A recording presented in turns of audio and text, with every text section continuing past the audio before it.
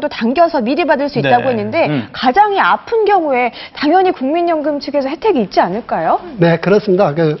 국민연금 하면 흔히 노령연금만 생각하시는데요. 네. 장애연금이나 유족연금 제도가 있습니다. 국민연금에요? 네, 그렇습니다. 그래서 국민연금 가입 중에 병에 걸리거나 또는 사고를 다쳐서 장애를 입게 되면 단지 다친 게 아니라 치료 후에도 장애가 좀 남아야 되겠죠.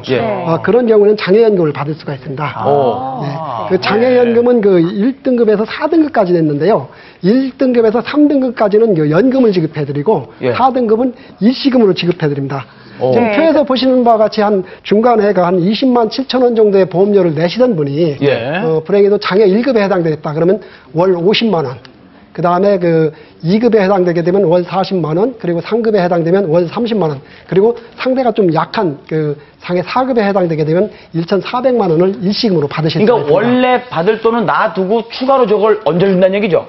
네. 그렇죠. 나중에 노령연금 되면은 둘 중에 하나를 선택하게 되는 거죠.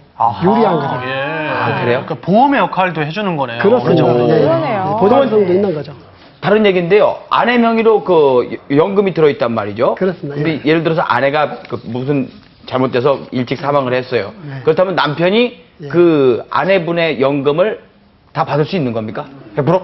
예, 그 부분은요, 가입했던 분이 사망을 하게 되면은 그분에 의해서 생계를 유지하던 가족들, 이분들을 위해서 유족연금을 지급해드리는데요. 지급 순서는 배우자, 그 다음에 19세 미만의 자녀, 그 다음에 61세 이상의 부모, 손자녀, 조부모 순으로 가장 우선순위권자한테 지급해드립니다. 그러니까 배우자한테는 당연히 지급이 되죠. 네. 그럼 그 액수는 가입 기간에 따라서 본인이 기본연금액의 60%에서 40%까지 지급을 해드립니다. 40에서 60% 정도. 그렇습니다. 근데 노령연금, 유족연금, 장애연금까지 국민연금의 종류가 이렇게 다양하다는 걸 알았는데 그러면 노령연금을 받게 될 나이가 되면 사실 그 전에 장애연금이나 다른 연금을 받았을 수도 있잖아요.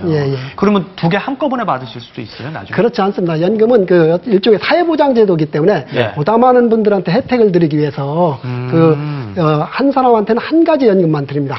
추가는 되지 않고요. 다만 이제 부부가 동시에 연금을 가입해서 동시에 노령연금을 받고 계셨다. 근데 한 분이 돌아가시게 되면 이분이 돌아가심으로 인해서 유족연금이 생깁니다. 그런 경우에는 내가 받고 있던 연금에 이 유족연금의 20%를 추가해서 받게 됩니다. 근데 이 추가된 금액이 보다 유족연금액이 크면은 유족연금을 선택하면 되고요. 근데 이제 20% 추가해 주는 게 좀 작지 않냐 이런 의견이 있어갖고 이걸 좀 늘리는 방안을 현재 국회에서 법률안을 심의 중에 있습니다. 국민연금이 투자나 이런 건 아니고 이제 개인에 대한 보장을 해주는 거기 때문에 추가로 해주지는 않는군요. 그렇습니다. 사생 보장제도의 성격이 있다고요. 국민연금이라는 게 알고 보니까 굉장히 버라이어티하네요. 그렇습니다. 만약에 연금을 들어놓고 열심히 사는 사람이었어요. 근데 사업이 망했어요. 남은 건 연금밖에 없어요. 근데 채권자들이 막 들어와요. 국민연금에도 차압 걸 수 있습니까? 설마요? 그건 걱정 안 하셔도 됩니다. 국민연금에서 받는 급여는 법에 의해서 어떠한 경우에도 압류가 금지되어 있습니다. 말하자면 노후보장의 최후의 보루죠. 그래서 그런 사정에 처한 분들은 저희들과 상담하셔가지고 국민연금 안심통장을 발급받으시면 안전하게 연금을 받으실 수가 있습니다. 그럼 그 통장에 입금된 국민연금은 압류가 안 되는 거죠. 압류가 안 되는 거군요. 그렇습니다. 개인 보험은 개인적으로 들어오는 보험 이런 거는 압류가 되죠? 됩니다. 재산이기 때문에 그렇습니다. 그야말로 정말 안정적인 노후를 즐길 수가 있겠습니다. 자, 이번에는요, 전화와 인터넷을 통해서 들어온 시청자의 궁금증을 풀어드리는 무엇이든 상담실 시간입니다. 먼저 질문과 답변을 화면으로 준비했는데요. 함께 보시죠. 먼저 자, 허리 디스크 통증 완화에 좋은 운동이 궁금하신 안정은 씨 사연입니다. 엉덩이, 허벅지, 종아리가 저리고 당겨서 MRI 검사를 받았는데 허리 디스크 진단을 받았습니다.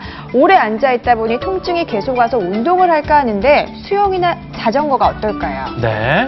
자, 답변은 화면으로 준비했거든요. 함께 보실까요?